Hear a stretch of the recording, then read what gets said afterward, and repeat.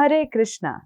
हम अक्सर मंदिर जाकर भगवान के सामने अपना शीश झुकाते हैं, लेकिन क्या कभी हमने उस भोग की गहराई में झांका है जो हम भगवान को अर्पित कर रहे हैं? क्या आप जानते हैं कि जिसे हम सफेद अमृत समझकर अपने बच्चों को पिला रहे हैं, अपने आराध्य भगवान श्री कृष्ण को चढ़ा रहे हैं, उस दूध की हर एक बूंद के पीछे एक माँ की चीख और उसके भूखे बच्चे का दर्द छिपा है।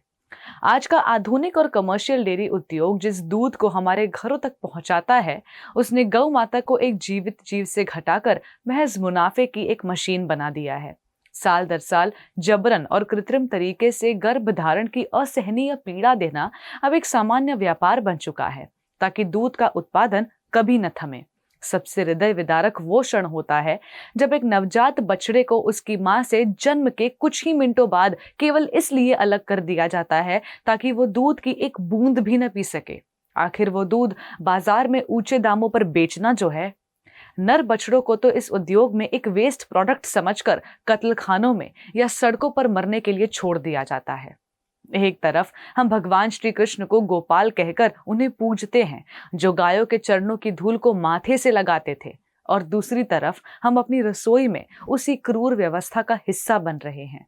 लेकिन इस समस्या का समाधान दूध का पूर्ण त्याग करना या वीगनिज्म की तरफ झुक जाना नहीं है, बल्कि अहिंसा और करुणा से उस पुराने मार्ग को फिर से स्थापित करना है।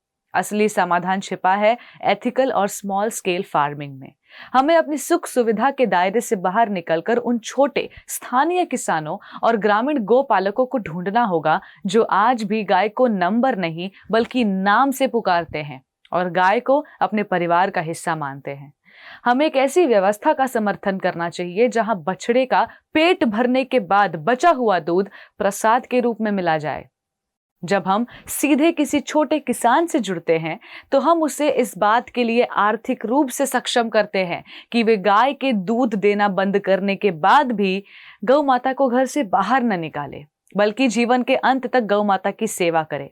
ये सच है कि अहिंसा दूध थोड़ा महंगा जरूर हो सकता है, लेकिन क्या एक भक्त के लिए अपने आराध्य के सिद्धांतों की रक्षा करना चंद रुपयों से बड़ा नहीं है?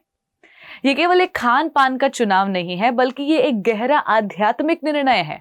जब तक हम बड़े ब्रांड्स के पैकेट वाले दूध के पीछे भागते रहेंगे, हम अनजाने में उस संगठित क्रूरता को बढ़ावा देते रहेंगे।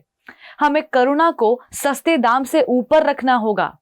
अब समय आ गया है कि हम एक ऐसी करुणा आधारित डेयरी व्यवस्था का निर्माण करें जहां गौ माता का सम्मान उनकी उपयोगिता पर निर्भर नहीं करता हो। अंत में मैं आपसे एक बहुत ही गंभीर और वैचारिक सवाल पूछना चाहती हूँ।